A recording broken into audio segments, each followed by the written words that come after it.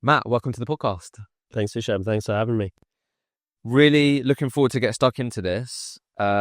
We've highlighted a few areas, haven't we, that we feel like the journey that you've been on, it'd be really interested to dig into. One of those being, we've heard a lot on this podcast this year around the US market. You're someone that has been actively working, leading teams, growing teams, working in the European market. So we're going to really have a deep dive into what we've learned there, the nuances. I've spoke to a few people at Opus who give me a bit of an insight into what you're about. One of the things that a few people said you're really good at is really understanding the nuances of what maybe an Italian business cares about compared to a French business. We're going to talk about that. Yeah. And then the other part that we highlighted is you being in a non-billing role for the last however many years, what that's looked like, how you've really developed those skills of coaching others, leading, driving performance through the different methods that you use. So we're going to really drill into that as well. Cool. So to give everyone a bit of context, let me know if I get any of this wrong, but currently regional director for JD Ross Energy, which is one of the brands within the Opus group. So your world really throughout your time there has been renewables, but then we're just talking about there's been a bit of a pivot and a shift, which we're going to talk about. Sure. And then in terms of like insights here, this is where if I get any of this wrong, I know we wrote this down because I wanted to make sure I got it right. You have to let me know. So I think at the peak, this sort of division was circa 4.6 million net fee income across circa 22 heads. That was in London and Amsterdam. Yeah, I think the peak was about 25 people. But yeah. And then currently today, we're on track to do 2.9 million net fee income, circa 15 heads. 65% of that is perm, 35% of that is contract, around about. You've been working with companies, organizations, you've been placing people, working with businesses in France, Germany, Netherlands, Italy, Ireland, some even in the Eastern European, but like your world has been mainland Europe. Yeah, right. Yeah. It's fair. Non-billing leader for circa 9 years, although brief stint on the tools 4 or 5 months during after COVID. Yeah, check I've still got it basically. Yeah. And then you joined from Spencer Ogden. Yeah. And then joined Opus, and you've been there for like nearly 8 years or so now, right? Yeah, almost 8 years, yeah. So why don't I'll sort of let you share, like, what did JD Ross look like when you joined? Obviously, you came from this other business where you worked a really good amount of time as well. So just give us the sort of lay of the land of when you joined, what type of markets you were in. Because I think what we're going to learn here, when you work in this energy space, sometimes you do have to follow politics, have to follow decisions that are made out of your control. So talk to us a bit about what was the lay of the land when you actually joined Opus JD Ross Energy. And I've just given everyone where you are today. So yeah, no, definitely. When I joined, it was a really experienced, high-performing team, contract predominantly, although it was a split. Opus actually owned 2 energy brands within the group, so JDR Energy International and McLean Ross. So it was the merger, basically, of those 2 parts of the business, and I came in to reorientate the business out of oil and gas, conventional power mostly, in which was what it was, into renewable energy. So we had a lot of business which was basically in countries where it's very difficult to do business. So JD Ross, or JDR Energy at least, was set up off the back of Spencer Ogden in going into the countries where SO didn't really want to do business. So what did SO mean? Spencer Ogden. Oh, sorry. Yeah. And we found out why eventually, which was, it was just money tied up in those countries, basically very difficult to get paid for the work that you were doing. So when I joined, Jack, who set up JDR, was really honest with me all the way through the interview process to say, look, we have a lot on the ledger, millions of pounds on the ledger essentially that needs to be cleared off. Opus was supporting the JD Ross business at that point to go and pivot. The good thing was that they had had this previously high-performing team to be repositioned into a new market, into the renewable space. So that decision had already been made to pivot into renewables. Both me and Jack, because he was my boss at Spencer Ogden, had seen the renewables division there grow. We'd always been on the other side of it, the dirty stuff, basically. So, we thought we'd have a go at the renewables market, and I reorientated the business out of those markets where we didn't want to be doing business because they weren't sustainable, literally not sustainable in terms of the markets, but also in terms of getting paid, and into sustainable markets. So renewables in Europe, where we knew if we were invoicing, then we were good to collect that cash in a reasonable frame of time. And then just quickly, I know I gave people context at the start. By the time you joined Opus, was you like leading a team by the time you got there? Yeah, so I went from trainee through to senior manager at Spencer Ogden. Came all the way through the ranks, basically. So left as the manager of the power and utilities division. So that was everything that wasn't renewable energy, basically, in London. So for EMEA. So I led a team of about 13 people, but that was purely perm. I'd never done contract when I came into the JD Ross business. So it was an interesting dynamic because, of course, that was predominantly a contract team, at least from the JDR Energy side of the business, whereas McLean Ross was perm, and that was one of the things that attracted me to the opportunity, was to cut my teeth a little bit in the contract world as well.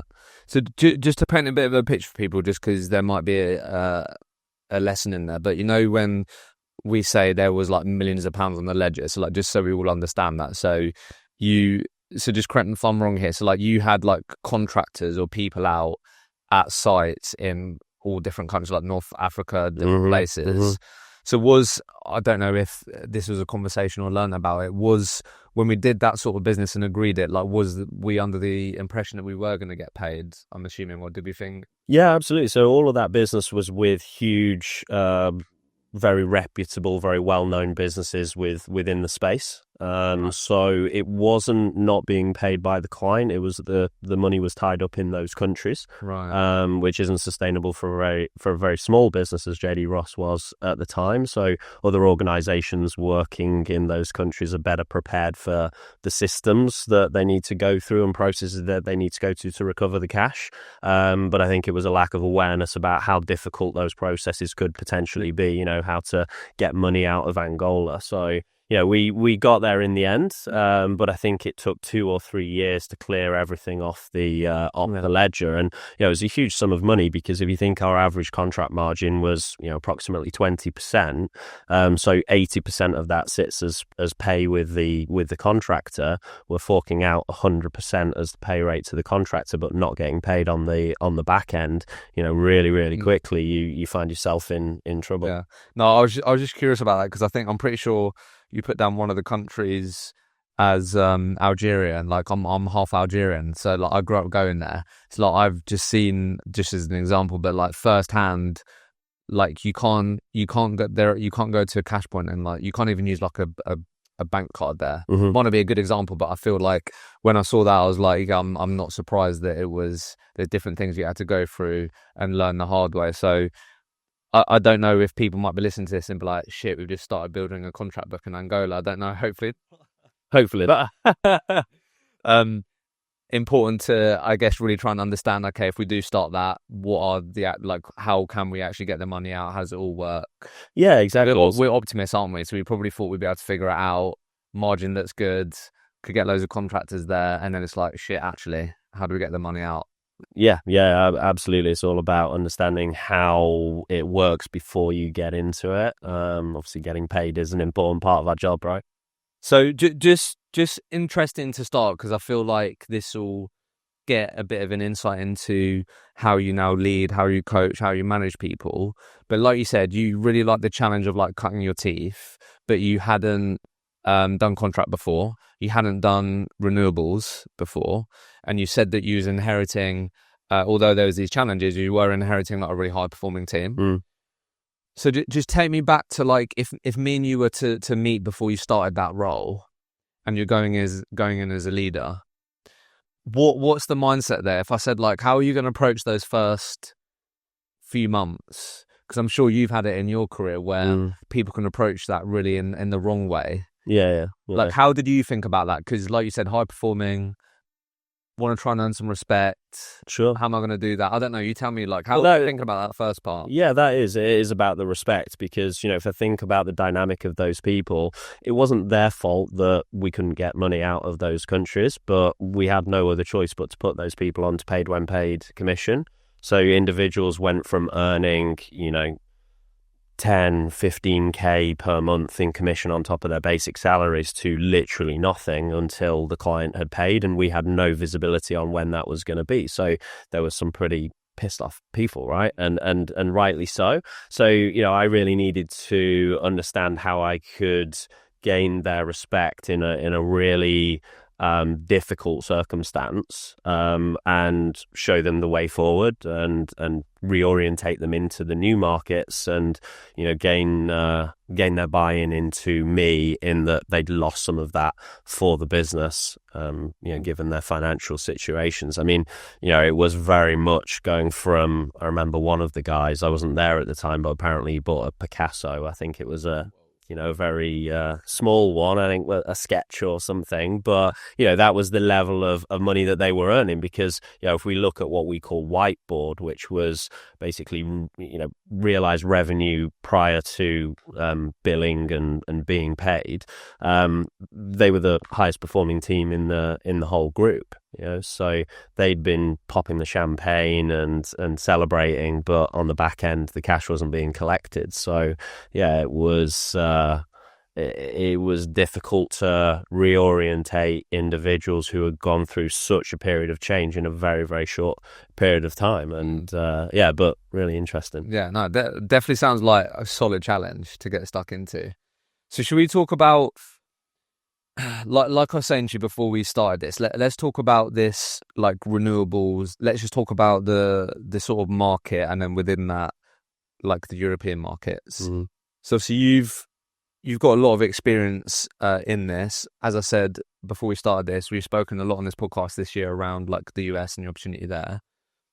Like, looking back, what were some of the initial, like, approaches or principles around, right, we're retargeting ourselves at these markets, renewables? How do you think about that? Was it like, right, I know what works, let's speak to candidates, let's get leads, let's do all that good stuff? Yeah. But, like, looking back, like, what was, like, version 1 of the game plan of going into renewables? Like, did we do the market map? You did all of that, you looked at it, and then it was just sales strategy, getting into that? Just talk to us a bit about how you initially thought about entering this market, because there'll be a lot of people now that are hearing about data centers, are hearing about offshore wind projects, and they might be in this position where it's like, we've always been in these core markets, and actually the spend is massively going down, the legislation is going against these types of projects, we need to reorientate ourselves. How do we approach it then? And then we'll probably hear a bit about how we're approaching it now and how it's different. It might be different, might not be different, but how do we think about it in the early days? What was the plan? Well, I had the context of the other side of the business at Spencer Ogden. So, there was lots of information that I could take away from that experience to say, okay, I can see what's gone really well there. I can also see mistakes that have been made and try and do it in a slightly different way. So, for example, within the offshore wind market, Spencer Ogden was very focused on the actual turbines themselves. And I really wanted to harness JD Ross's roots within the subsea oil and gas sector and conventional power sector. So we went for everything that was under the water, the opposite side of those projects, basically, and focused on the infrastructure of the projects. And that went really well for us, because a lot of the skills of the candidates were transferable into a different sector from the one that we'd been working in. So there were little things like that we did differently to what we'd seen work in our previous employer. But at the same time, we made massive mistakes. The biggest mistake for me was that I had this idea that we wanted to copy the structure of our clients. What I didn't consider, though, was that the clients that we worked with are, huge conglomerate organizations who have critical mass in every single sector that they're in, but they work in many different sectors within the renewable energy industry, or energy industry in general. So I ended up in a startup business having one person in each market. And it just didn't work. We spread ourselves far too thin. So just so I make sure we understand that. So you thought it'd be a good idea if we get X client and they work in that space that you just said, we'll have someone that can deal with before they're even building, the designing of the infrastructure, building it, like just that whole journey. Yeah, every step of the project lifecycle, but also every technology on which they were working. So It could be wind, it could be solar, it was heat networks, energy management, energy sales and trading. So our idea was that if that client had a requirement, we could service it with someone who specialized in that particular area. But it was just too much. We needed to choose things that we weren't going to do as well, and that became the most important thing for it, was to say, okay, these are the areas that aren't working for us, but these are the ones that are, which became solar and wind, basically, which are very similar in their nature. And so eventually we picked those two and doubled, tripled, quadrupled down into those two areas, and that worked far better. So just quickly on this, because I think this is an interesting insight for people. So let me know if this is the wrong way to think about what you just said in terms of one of your biggest mistakes. Because as a concept, as a strategy, that does make sense. Like if we get X client, we can say that we do this, this, and this, and even if they're at this part of the project journey, we can deal with that and help with them that. Or even if they're at the start of it, we can help with it. But what you're saying there is, you had JD Ross Energies as like a business unit, but then let's just say you had 5 different people that did the individual parts. The business was called the same, but you ultimately had 5 different businesses within it. Yeah, essentially, because each of the sectors operated differently. Yeah. Renewable energy, it isn't a sector or a desk, it's a whole industry. So the different areas of the industry all had their own individual nuances that meant that we couldn't have a single blueprint that fit everything. So I think that's what I was trying to understand as an insight, because I think that has been one of the smart things that companies have done this year, which is these types of decisions of like, actually, sometimes you do have to just learn it the hard way. But actually, like you just said, the decision you made is to double down on those 2 industries and then build all the niches, build it all within that. Versus, I've met a lot of companies that have struggled this year where they maybe had a bit more of that initial strategy that you said, because it sounded like a good idea, or they brought someone in who's got that experience. And even though they're called the same company, they've ultimately got 4, 5, 3 different entire businesses that require slightly different strategies. They're all going in different directions. And that's just building on extra hard mode, I think. I think one of the real challenging things about that, you can let me know what you saw, was it's always going to take more work, more time, more resources to win a client and win that partnership. And when that person does that, we can't all benefit from that. Yeah, I think that's fair to say. In the early stages of developing the business, I think once you get to a level where you have enough critical mass to go into multiple different sectors, areas, where you've got a blueprint that sits within a wider group. So, you'll see successful brands like Opus, the business I work for, has 3 core brands. I think that's the point at which you can have a very different working model within each of them, because it is. Because you have enough critical mass focused on each one of those things that ties it together within itself. Whereas, if you're a startup, scale-up business of, 5, 10 people and everyone is doing something different, then you've got a problem. Yeah. That's trying to highlight, because I think that's what I was highlighting, where companies have found it hard. Because then it's like, everyone does all that hard work, but then that one client relationship doesn't necessarily mean that other people can benefit from that. Split deals are more harder to do and stuff like that.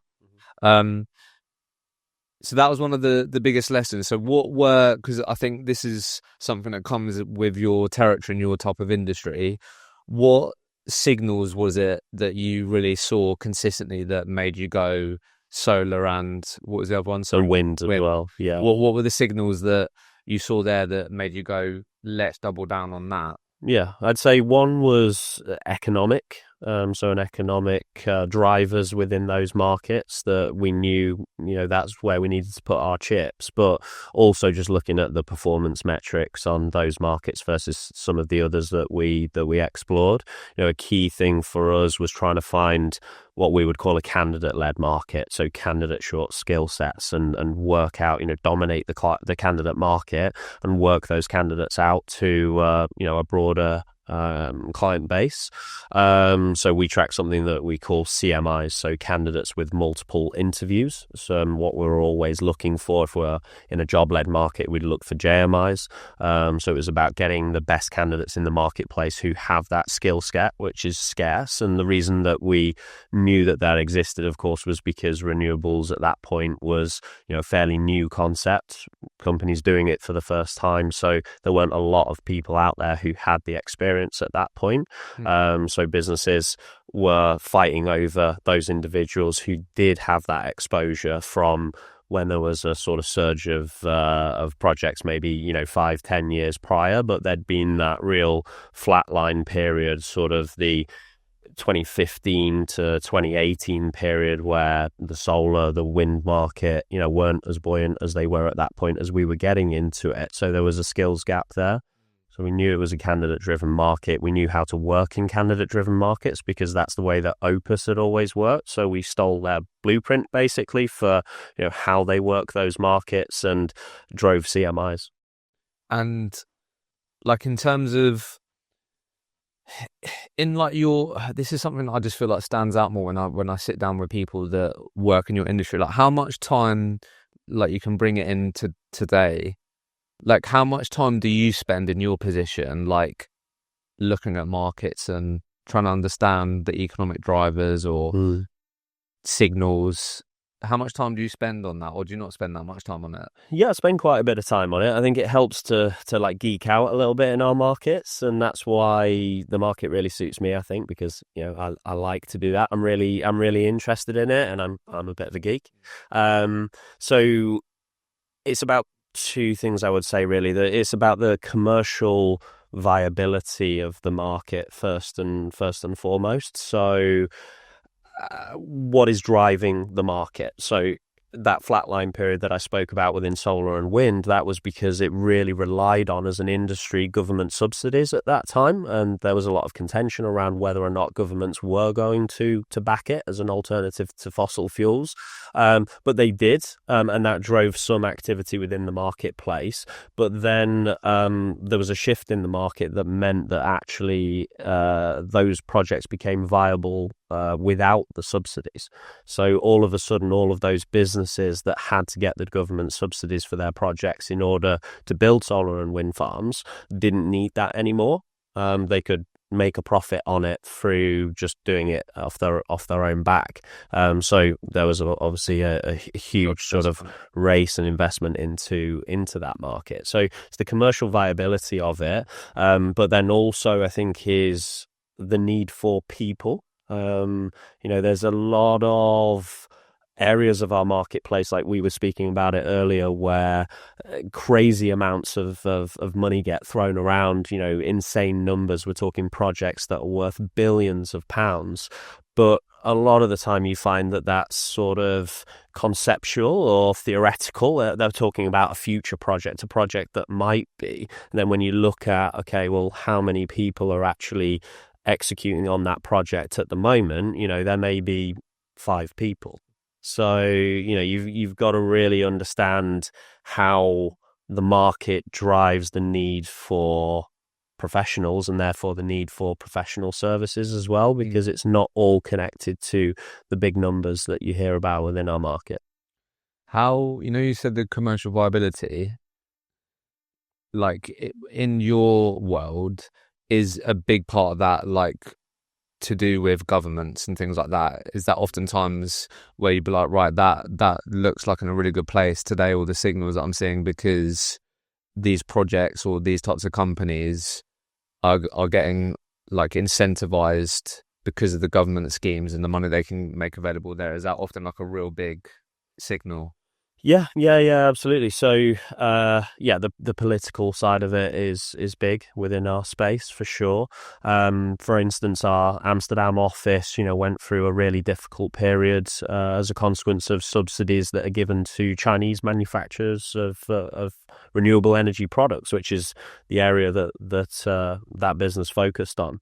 So a lot of our clients being European businesses, they really struggled in the marketplace against that Chinese competition. So, Well, just give us a context there, because I found that interesting. So, what the incentives didn't just explain that to us? So the Chinese government were giving subsidies to Chinese manufacturers that meant that they could produce the products very cheaply because it was being subsidized European by government. companies were only making at the time. European companies didn't receive the same subsidies. So, for instance, there's a famous business, Meyerberger in Germany, who are a big manufacturer of solar panels, went to the German government and said, look, we can't compete in this market. We need the subsidies that other countries are providing if you want our business to continue. And the German government didn't give it to them. So they shut down operations effectively overnight. Hundreds of people became redundant. Wow. And this was a challenge for a lot of those European, what we call OEMs, original equipment manufacturers, which was our client base in Amsterdam. Mad. And was there any sign of that coming, or was it more of some murmurs, more and more clients saying this is really difficult to compete because our customers are just importing from China? Yeah. Do you know what I mean? Was there definitely signs like that just happened like that? Definitely signs of it coming, yeah, but it was exacerbated by interest rates as well. So inflation, that added a challenge because, of course, the cost of procuring materials and procuring services was heightened, meant that the margins of these businesses were squeezed even further. So it was a bit of a perfect storm, really. And it did happen fairly quickly, but we probably had maybe 3 to 4 months, I would say, where if we looked at the data, and we were looking at the data, and we could see something different to what we were hearing in the marketplace. But I think we didn't trust ourselves. We didn't trust the data that we had. And I think that's a really powerful thing for recruitment companies, that you are at the edge of the market. The first thing that goes is the hiring, right? Nervousness starts to come in around these markets on, should we hire? Well, sales aren't looking as good. Maybe we shouldn't. And, for us, it was that trust our numbers. And to pivot quicker and react quicker when even the marketplace itself wasn't talking about or openly talking about the challenges at the time, at least not in the media. If you spoke to the candidates, again, we were hearing the same sort of story, a lot of nervousness around the market, a lot of challenges, but, it hadn't hit the wider media. Talk to us a bit about, because this is also part of it, red herrings. Yeah. In your world. Yeah. Talk to us a bit, because I know that is something that we brought up, and I know we're getting technical here, but I do feel like if you operate in this space, this is the stuff that when I sit down with people that are leading teams, they're thinking about this stuff and they're looking at it, and oftentimes it's because they've had experiences like you just spoke about. If they looked at, just from a recruitment standpoint, the revenue and what you're doing with those, let's just say, companies in Germany, that was those types of manufacturers, what you were doing 2 years ago with them before that happened, it's going to look wildly different. So I feel like this stuff does matter in this world, even more so, and looking at it, getting better understanding, like you said, trusting your data, the signals, because really, ideally, the ideal scenario is you catch and see these things early. So then when actually it is a segment of the market that's really on the come up, you're already there. You've already been meeting the key players. You've already been spending time really networking, understanding what's been going on, why people are getting behind it. So then when government grants happen and it does make the mainstream media, you position yourself as someone that absolutely companies need to be speaking to if they're going down these routes on the projects, right? That's the ideal, right? Versus, I'm sure you'll be aware now, I can't not unsee, if I speak to a recruitment company, there's a high chance that they're in data centers. Yeah. Or that type of ecosystem, or if there's a new business unit that maybe a company is launching, it might fall under the renewables category. I'm sure you've seen a lot of that, and there's been people that have come and gone. Sure. I think that is why this is so important, and that's why we also, when we prepared for this, you've got to be prepared for red herrings. I think you said that you listened briefly to Jack's episode, who they have a renewables brand. Obviously, he told us about that hydrogen journey. I don't know if that so then translated in your world. Yeah, absolutely. Where you put resources, time into it, the signals are there, and then certain decisions were made, and then everything's turned off. Yeah. So just talk to us a bit about your experience with this, because I think this also comes with then the game of like making the right bets, investing resources, time, seeing the signals going, let's double down there, actually no, not there, red herrings. Yeah. I guess you've got to understand the fragility of a market. So, hydrogen's a really good example there, because it is reliant on those bigger clients within the space driving those markets. Greenwashing is a term that gets thrown around, and that is very real in our space, is that a lot of these big clients who make their revenue within fossil fuels will have parts of their business that focus on other sexier things, basically, in relation to renewables, to the energy transition. But if you look at those business units or separate businesses, and if they do stand on their own 2 feet commercially, often the answer to that is no, they don't. They're supported by the fossil fuel revenue generating part of these businesses. And I think also the other side of it is, if those sectors, like what Jack spoke about in over in the US, I think there was a specific driver, which is why they chose hydrogen in the first place, in terms of it being backed by the government, and then that was removed, and all of a sudden they didn't have a market. So you got to understand that fragility of those markets are based on, okay, if some politician turns around and says, okay, we're not going to do this anymore, all of a sudden, you have to move your whole business. So I think that's why now we're looking for that commercial viability in the markets that we're in, that it's not so fragile, based on the decisions of individuals who, when they make those decisions, of course, aren't thinking about recruitment. And the truth is, like you guys are really well positioned, because you've been through a lot of this, right? So hopefully, you'd like to think, going to be better positioned to make smart decisions, double down on things. So like what we can talk about today and the future here, but like how you, like in your ecosystem now, how are you feeling about this in terms of what you're doubling down on? Are we still in the renewables and wind and focusing on that, or like how are you thinking about it today? Because again, anyone that operates in this space, I think if you work in a great company, you're doing well, they've probably got their market strategy dialed, or like they probably feel confident in their leadership team. Because I do feel like that is a top-down responsibility. I feel like that is on your shoulders if you're leading this team, to see these things and make these calls and make these decisions, versus like people who are at the coalface thinking about that. They might give you information, and you'll have really good people who are curious and saying, hey Matt, I keep hearing this, what do you think? But I do think if we're going to have a successful renewables division, or the companies out there are doing really well in this space, I do feel like it's top down. So how are you thinking about this today? What does that look like for you? Are we all things data centers? I don't know. You've got to listen to what's coming back from the team as well. They are the people who are speaking day to day to your candidates, to your clients, and they are always going to be your eyes and ears on the marketplace. So you've got to listen to that stuff. Just like with the example I gave in Amsterdam, we should have listened earlier to the things that we were hearing, irrespective of what we were seeing in the bigger picture of media, or what's available in the public domain. So that's really important, that you do listen to that stuff as a top-down leader, but then it's a case of sanity checking that against those things that are important, and not building your business in fragile markets.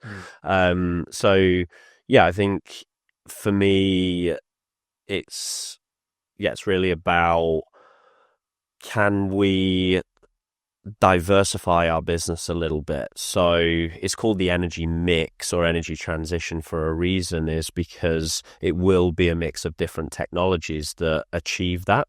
So our USP always being, we focus on renewables, solely renewables, particularly solar and wind. What got our business to where it is now is almost its weakness, and we need to diversify a little bit to look at some other areas that are very similar, that carry the same blueprint, so we can take what we're really good at on, how we run recruitment desks day to day and how we run our business, and go and apply that into other markets. So for us, it's looking at the bottlenecks in the marketplace and how the businesses which we work with are reacting to the challenges that they're facing within the market. So, for example, a lot of these businesses still need to achieve net zero, but the way that they're going to do that isn't going to be just a deployment of renewable energy. The way that they'll do that is by reducing carbon. One of the ways to do that is to use renewables, but there are a lot of other ways as well to reduce carbon. So it's achieving the same goal, essentially, impacting climate change, etc., but using different technologies to achieve that. And the other side of it is the additional challenges I haven't spoken about within our market are related to the grid. So there's a bottleneck in connecting these projects to the grid itself. So if you find a bottleneck in the marketplace, usually that's where there's opportunities in recruitment, right? Because if it's a bottleneck, you need to release that a little bit. It means you need to grow that market, or potentially you need to change. And they're the two drivers that drive any recruitment market: growth and change. Really good breakdown. Or good, interesting way to think through it. That is one thing that I've definitely really seen this year, is that intentional being intentional with your diversification. Mm-hmm. So it is interesting that sort of where you landed, and it sounds like you've been really intentional about it, because it future proofs your team, really, doesn't it? And it sort of protects. It is the idea, right? In terms of if one segment something happens, then we've got this team over here that are doing great. Is that the idea, essentially, just to make sure that we can protect ourselves in that way, we haven't got all our eggs in one basket? Or and also that we don't need to change the blueprint of who we are as a business overly much. The way that we recruit applies to those other markets, that it's not inherently different in the way that we need to approach them. So it's close enough to what we do that we can use the experience that we already have, but just redirect and pivot it into slightly different spaces. And then just final thing on this, because I think, again, this is nuanced to your industry. We might have just lost people because we spoke about renewables so much. I think the people in this ecosystem are going to care about it, and there's going to be more and more people entering it. Because this is coming to my head actually as a final point, and you would have seen this, no doubt. But we've worked with companies in this space, and what's happened more often than not is these leaders saying that, so-and-so's had to change their market again, or this team has had to change their market, we've had to pivot slightly. So if you are in this space as a recruiter, cutting your teeth, building your desk, does that come with the territory that you may have to drastically change your market? If we've been doing it for as long as you have, 5 years or 8 years or whatever, is it fairly expected that you will change your quote-unquote market? I think you've got to change with the industry. We're in an industry that is driven by change. That's the whole point of it, right? Is that we know that we haven't solved the world's energy problems, so it's constantly changing. But that's a good thing, because that's one of the drivers that drives any recruitment market. So I think, yes, you have to understand that your desk will change, but it might not be that you have to pivot overnight, that it will be a gradual change over time, or just a redirection of how you run your desk, or the type of technology that you or projects that you focus on. So yeah, I think it is inevitable that you will need to change, but hopefully not so drastically that you have to start from zero and reinvent yourself as a recruiter. I think if you speak to any successful leader in any industry, not just in renewable, they will tell you that the big opportunities that they came across, they really stumbled upon them, often trying something else.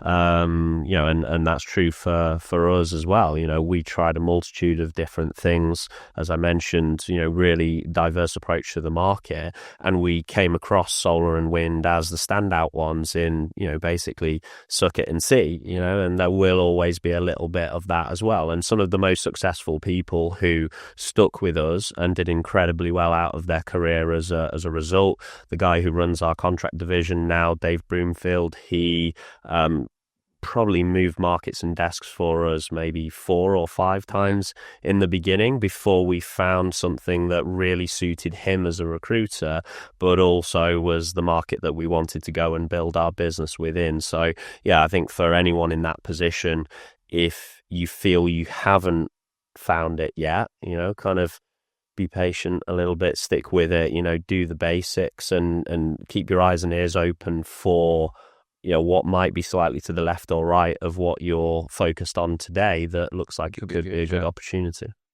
Should we talk about what do you think are often the common mistakes British people make who are doing business with people in places like Holland, France, Italy?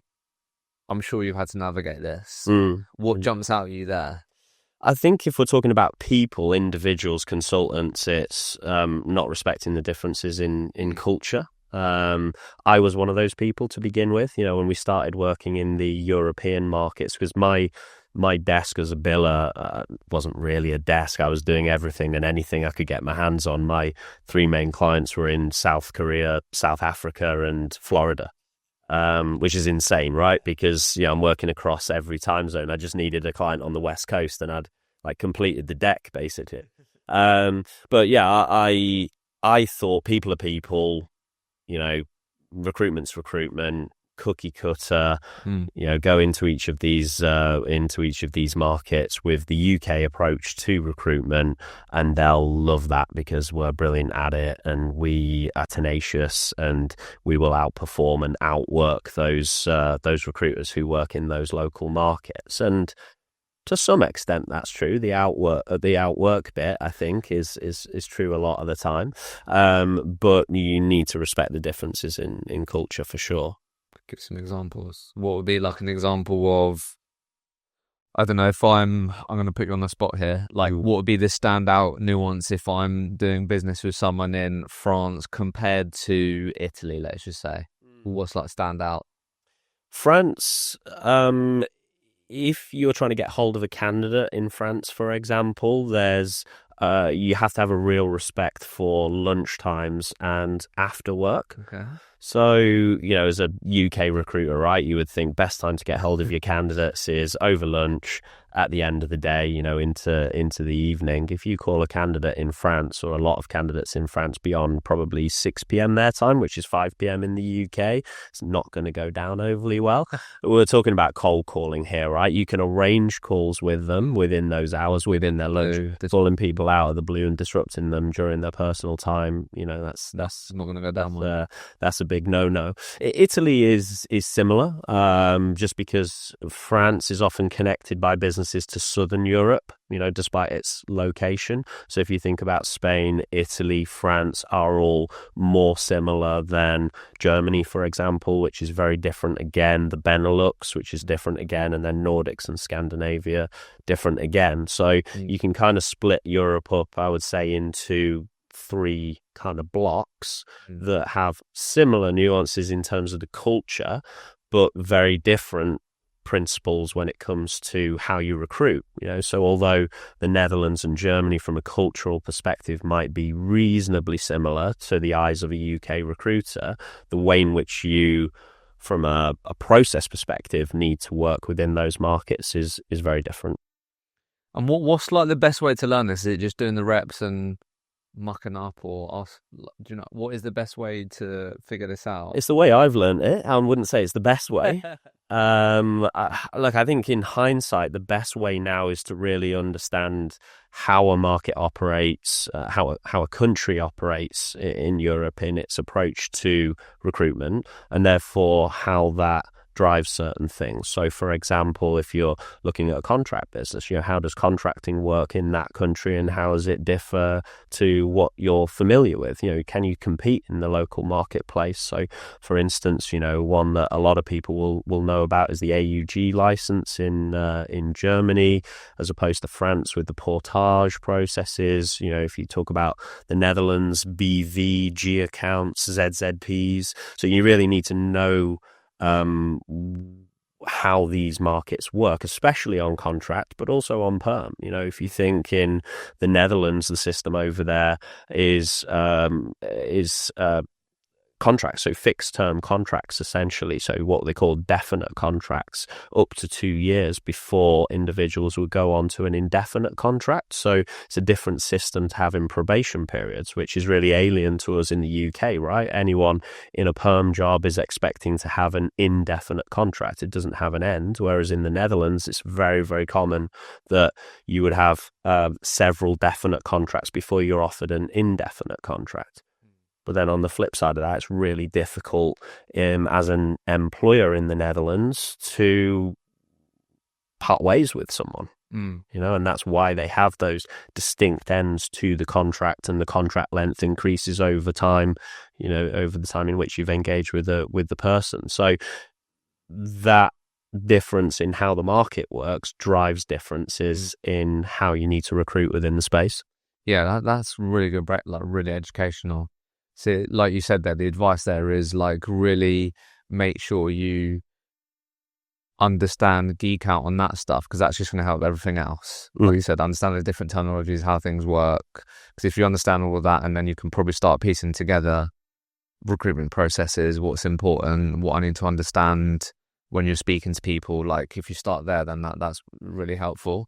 How, obviously, you've got an office in Amsterdam. Like how to pull together this European market piece, how important and how impactful is it to have boots on the ground, or making sure that if I am doing this market from the UK, that I'm over there on a fairly consistent basis? I don't know. Does that move the needle? Does it help accelerate partnerships, relationships? How have you found that over the years? Yeah, it definitely does. Clients appreciate that, especially post-Brexit as well, that you still have boots on the ground in a European country. I think it's more necessary if you're in contracting business, not so much on the perm side of things. I think similar to what we're seeing with a lot of recruitment businesses focused on the US market at the moment, operating in those markets remotely is more than possible, and there's lots of complexities. The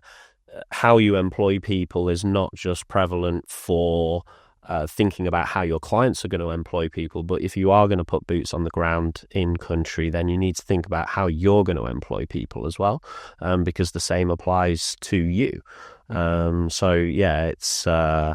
It can be a bit of a minefield if you get into, okay, we're going to open a Berlin office, for instance. It's of course not as easy as that, because you need to think about how you're going to employ those people and how they will have inevitably different rights and different expectations from those employees that you have in the UK.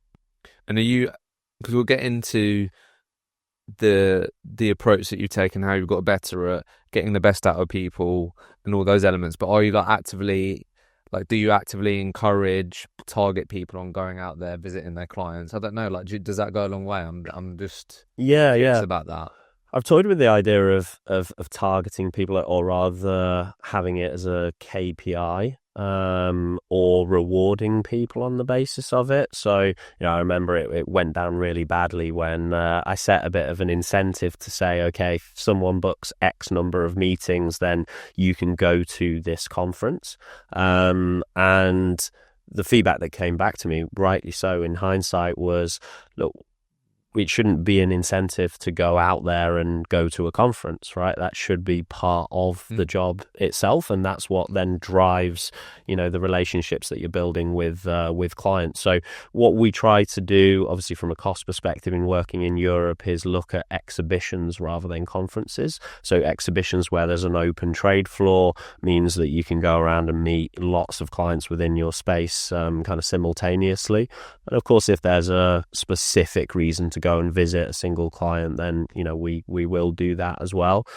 We target ourselves on client meetings every single week, but most of those are virtual. I would say 80-90% of our client meetings are virtual, the day-to-day ones. But if we've got a new client, or we're talking about a solution beyond just success-based transactional recruitment, then we want to get over and visit that client, see them, learn about their business and how they operate. So yeah, we definitely drive getting over there. Do you find that really moves the needle sometimes on accelerating relationships, taking that partnership to the next level?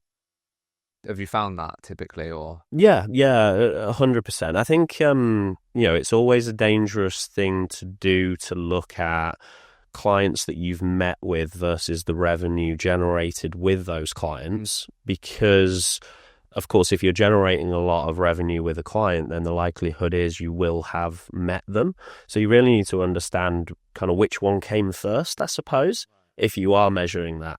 But without a shadow of a doubt, everyone who works in recruitment, I'm sure, will tell you, you should go and meet your clients, and I would absolutely agree with that. Yeah, I just think it's like when you're in this particular position where you're working with a lot of companies, like outside of the country that you work in, I just feel like whenever I'm speaking to people, even then the US example, if you go over to these countries, even then just day-to-day speaking to people, like you just got more of an understanding of the nuances of, like, I don't know, the local coffee shop, or like just different, like when you actually meet people and you go to these places where you're speaking to people about working there and what's involved, or you went to a site of one of these things. Like, I just feel like that can absolutely give you an edge, versus it's just all through like phone calls. And do you know what I mean? Yeah. I think it's about partnering with the client, operating as an extension of their business. If you don't go over there and meet them, take the time to really understand their organization, how things fit together, then you'll find it more difficult to sell their business and the opportunity. To be able to say to a candidate, for example, okay, I've met this person several times at different conferences and exhibitions. I've been to their headquarters. Carries so much more weight than I'm a recruiter in the UK who sits behind a desk and behind a screen. So yeah, you got to get out there. So one thing that I wanted to start on, I'm interested to just get your thoughts on this, is like, I'm really of the, you can let me know if you sort of agree with this or not, but I really feel like the like knowledge gap from like going from like 0 to 1 in today's market to what it took 3, 4, 5 years ago is like quite different. I think you've been around long enough and been in the game longer than me to probably notice and understand what principles are always going to be there. But I do just believe that, like, if someone like in your position who's like close to it but not at the coalface, like, how do we feel about that knowledge gap? Like, does it exist? Do we feel like, I just always reference the fact that ChatGPT only came out in like 2022, so even like that in the landscape, and that even being something that I'm having to navigate, or speaking to companies where actually they're going, no, we're not speaking to other agencies, we're actually speaking to an AI company that's going to do all the initial screening for us. Like that's like a different nuance.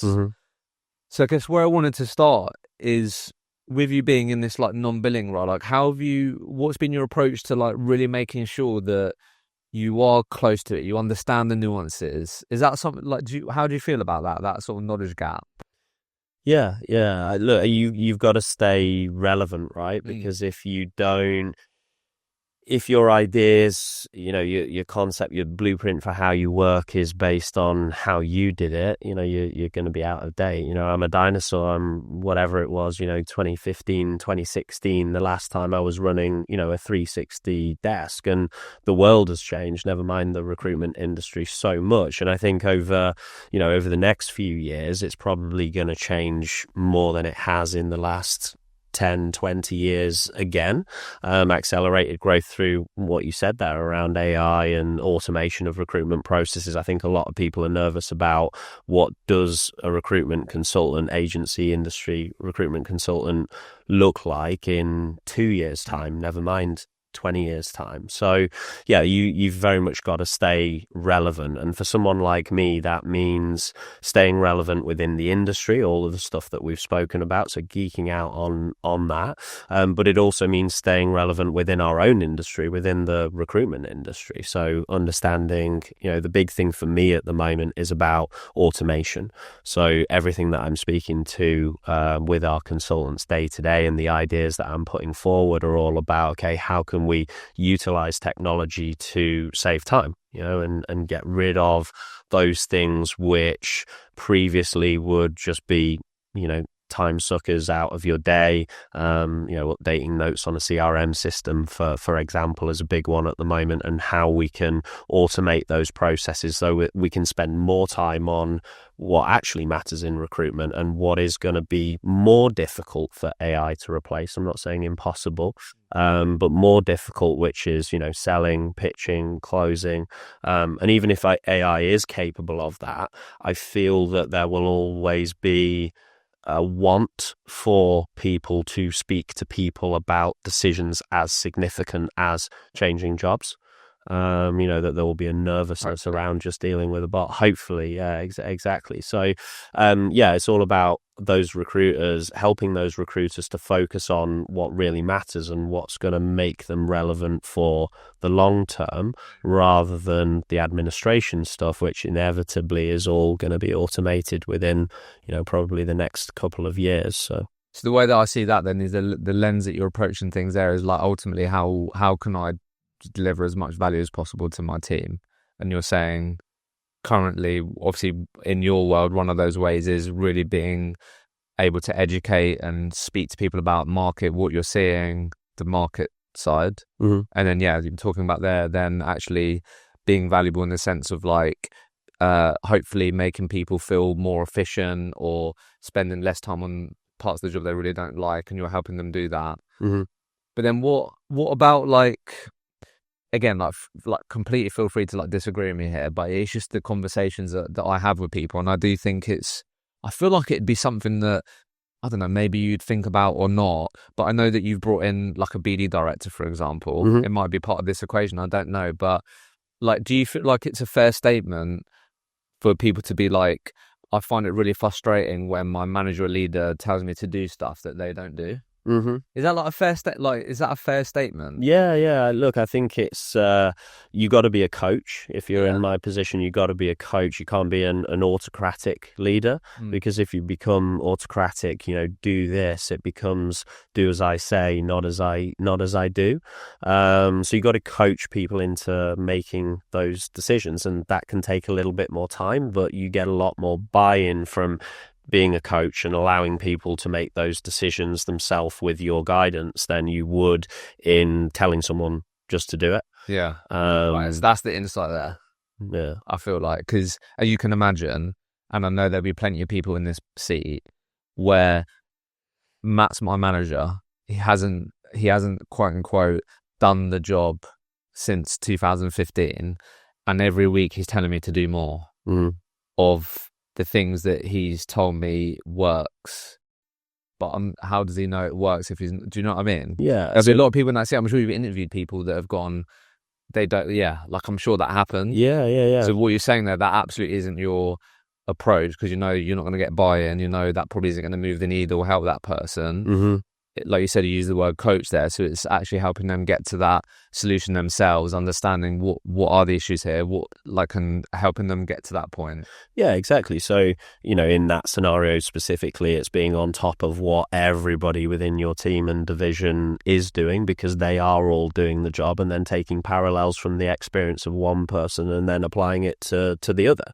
So coaching someone with the experience of somebody else. Just this morning, I was in a morning meeting talking to the perm team in London about the importance of what we call spec CVs. So CVs sent speculatively out to the marketplace of candidates, that we're representing, which is, really old school view of recruitment, right? And something that's been around forever and probably will be part of how businesses recruit for the foreseeable future as well. And one of the ladies in the team, she heard that immediately this morning, got on to sending her best candidate out to the marketplace and got a bite back from a client straight away. So then it's a case of, okay, in that next meeting, make sure that everyone understands that. Like, how did she do that? How did she achieve that? Why did the client come back? What did the email look like? What did the candidate look like? And how can everyone else learn from that so that you reinforce those behaviors that get us wins? Yeah. Love that. And then what does your, I'm always curious about this.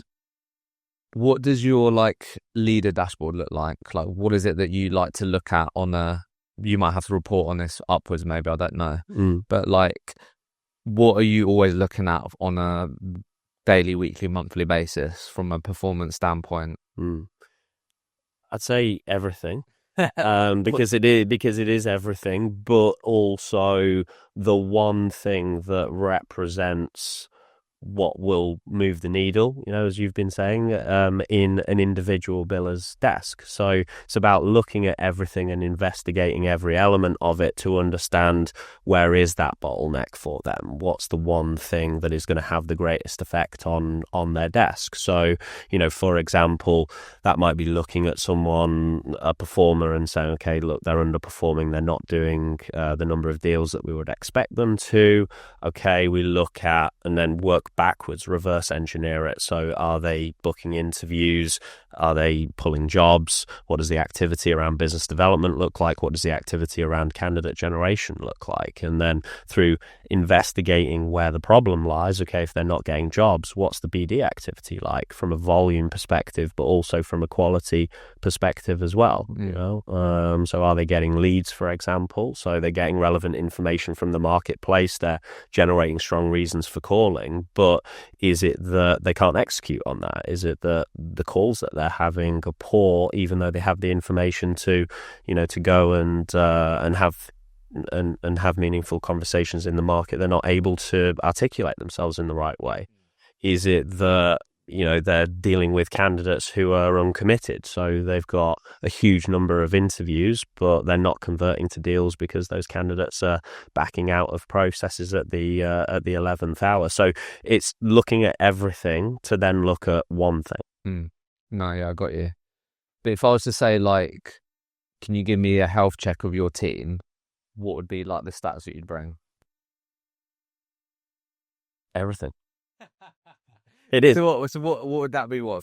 So the way that we split it out. So results first and foremost. So outcomes. Yeah. So deals, interviews, jobs. Okay. They're the outcomes, and then we look at many metrics that go into the job generation side of things. So that could be everything from, I mentioned speculative CVs, from leads generated. It could be how you're growing your network. It's your levels of engagement with your network. So what we call canvas calls, so client calls, meetings, of course, as well. And then we look at the candidate generation side. So, how many new candidates registered, conversations with candidates, candidate meetings equally as well, which are, more often than not virtual, of course. So, okay. On a daily basis, my team receive all of that, everything, broken down into those three distinct areas. Here's everyone's activity on candidate generation, on job generation, and here's the results off the back of that. What would you? I was just going to say, look, how would you? It might depend on the experience, but if we just go someone that I've been in your team for 18 months, 24 months, I'm 2-3 years in, what would you define as a good week? I think that's important. We're talking standards. So you've said everything. Yeah. like, so that's some good insights for people. But like, yeah, what would be the standards, do you think, or what have you typically worked? I know it might differ. Yeah. But like, how would you define what that person had a great week? What do you reckon that looks like? 2 jobs. Yeah. At least one of those 2 turned to interview within the week.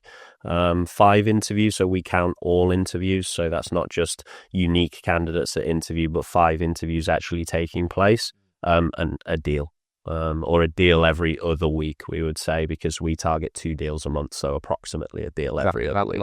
Is that perm? Yeah, that'd be on the perm side. On contractors as well, if you can grow your contractor book by net 2 contractors per month, so you're probably looking at a 3rd deal given, early finishers or contracts coming to a natural end. Okay. That's good insight for people, because I'm sure you've thought about that, like what does a good, and obviously you've come up with that because if you do that consistently, then everything else takes care of itself. Yeah, that's always been Opus. If you think about how that pulls through to the ratios, we operate from a 4-to-1 job to placement ratio. 2 jobs a week is 8 jobs a month. 2 placements, 4-to-1. Same goes for the interview to placement ratio, and they're the two things that we're looking at. Really, is the quantity of what we're doing. Yes, that is important, but the quality also, and the quality is dictated by the ratios, and the quantity is, of course, dictated by the inputs and the results that you get off the back of it. We're like talking about it here, but one of the things that when I spoke to Nigel about you, like, oh, what do you think? Like, Matt's great at.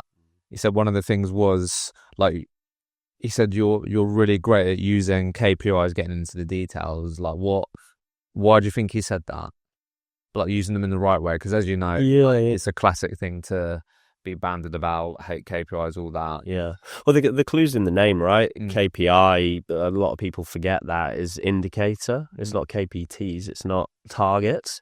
And I think I use them in that way. So, I hate it when I hear about these businesses that say, no, we don't have KPIs. It means that you only have one KPI, which is, how much money are you making, basically. So for me, for anyone who wants to be high performing in anything, not just recruitment, if you think about sport, for example, sports people, top performers in anything, all use KPIs, indicators of their level of performance. If it's a 100-meter sprinter and you say someone's trying to break the world record, okay, well, how fast can you run the 100 meters today? And they're like, well, I don't know.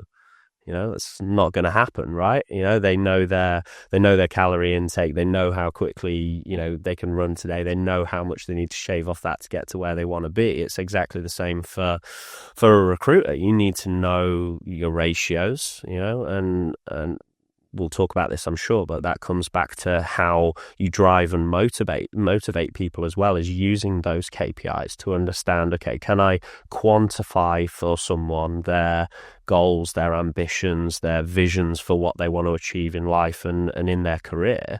If you don't have those KPIs, then you can't make it real. And what does it look in practice in terms of, like, if I'm in your team on like a weekly basis, are we having I don't know, you might have got into a bit of a rhythm with this, like, what is it? Are you sort of doing weekly one-on-ones? Are you, like you mentioned there that you had like a bit of a session today, you said earlier, like, what does that coaching part look like? Is it mainly reactive and you're relying on sort of creating a safe space for people to say, hey Matt, I'm really struggling with this, can you help? Are you then also maybe proactive sometimes and you keep seeing a bit of a trend and you maybe then bring some examples of so-and-so's been doing really great at this, I wanted to show you exactly how they're doing it. I'm sure you built a bit of a rhythm here as well. Yeah, sure. It's like I said to you, for someone in your position, and hopefully it's coming across the right way, but like, there's no way you're sitting in like a non-billing role and like not like providing a lot of value. Yeah, exactly. I'm sure you're very aware of that. It's like, right, how can I impact this business, this team that I'm with? Yeah. So what does that look like today? Because I'm sure you refine that and will continue to refine it. But what does that coaching rhythm look like? Yeah. You're right. Look, I very much understand that I represent pure costs to my employer, right? So yeah, that value has to be seen on the sales floor day to day, and there is a cadence of what we call MBRs, so monthly business reviews, which are an in-depth dive into those KPIs, look at those indicators, and really understand like what what are they telling us and what do we need to change or what do we need to keep doing based on the performance, but also in the moment coaching, desk side coaching could be around a deal shot, could be about a phone call, about anything, immediate direct feedback. I really believe in that, in the moment on the sales floor. And that's so important because you need both those little kind of snippets of information throughout the course of the day, but you also need those bigger conversations where you sort of get in a room and really dive into the detail and get into the weeds. Anything that you found to be effective to help people? I guess a bit different if you're instantly sort of being reactive and you're seeing things and you're giving feedback, which I agree that, like, if there's an opportunity to give feedback straight away, like, why would you wait? Mm-hmm. But something that we found in the business that I'm in is, like, you can say until you're like blue in the face, like, if you need help, ask me. Mm-hmm. But that requires that person to have courage and maybe looking at you going, oh, is he busy, is he not? 100%. Then you got in there like, I don't want to sound stupid, maybe I should know this stuff. Yeah. I think that's interesting as well. Yeah, it's got to transition over time, with someone's experience, because you can't treat someone who's been working for you for 3 years or has 5 years worth of recruitment experience as someone who's in the job on day one. I always think of it in my mind as go, don't go.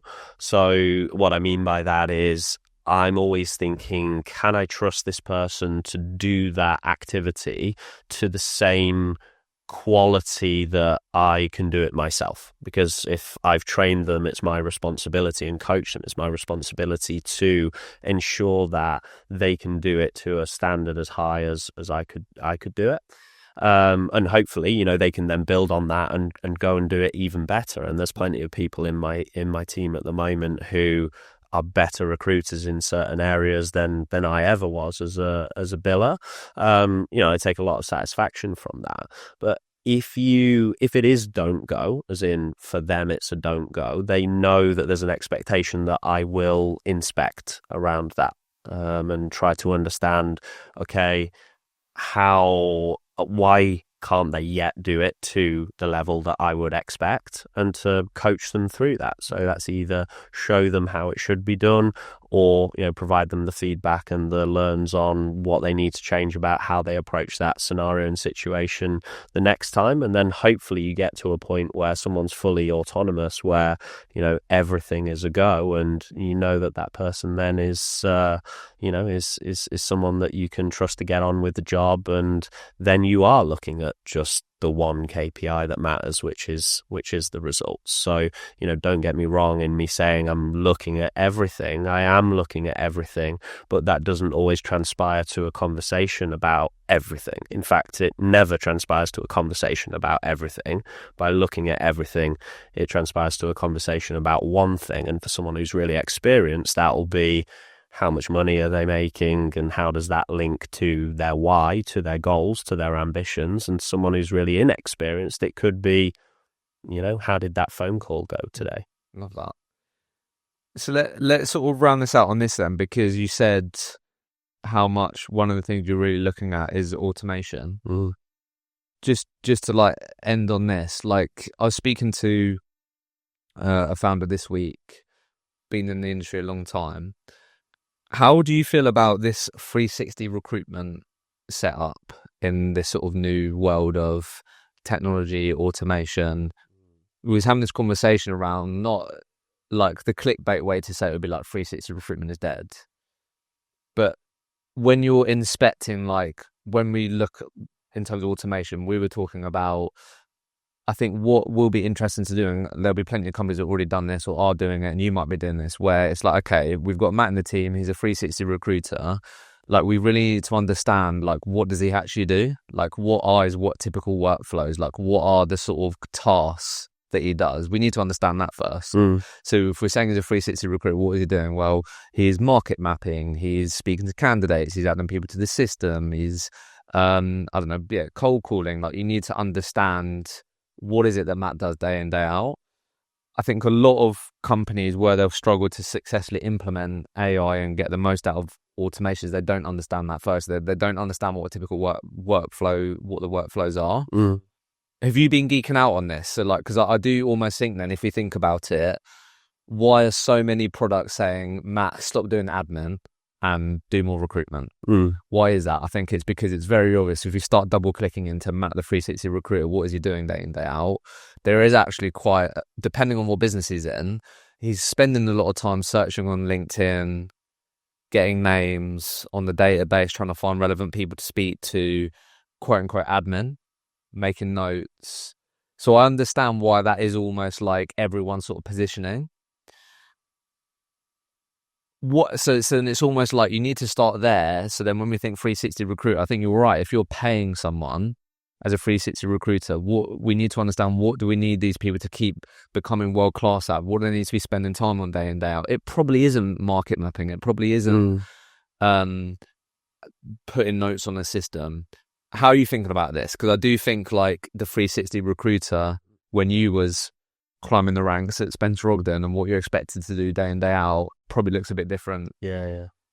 I think a lot of people are thinking about this. Yeah, absolutely. I say to my team all the time is listen to what people do, not what people say. And I think AI will always have, or at least my understanding that at the moment is, still obviously fairly rudimentary in terms of where it might be in a few years, and I might be eating my words, but I think today it's going to struggle with, from a recruitment sense, listening to what people say, but that's not always a reflection on what they will do. So for me, when the penny dropped for me as a recruiter, like I had a really terrible start to recruitment. You know, my understanding of what a good recruiter was that I would fill every single job and I would place every single candidate.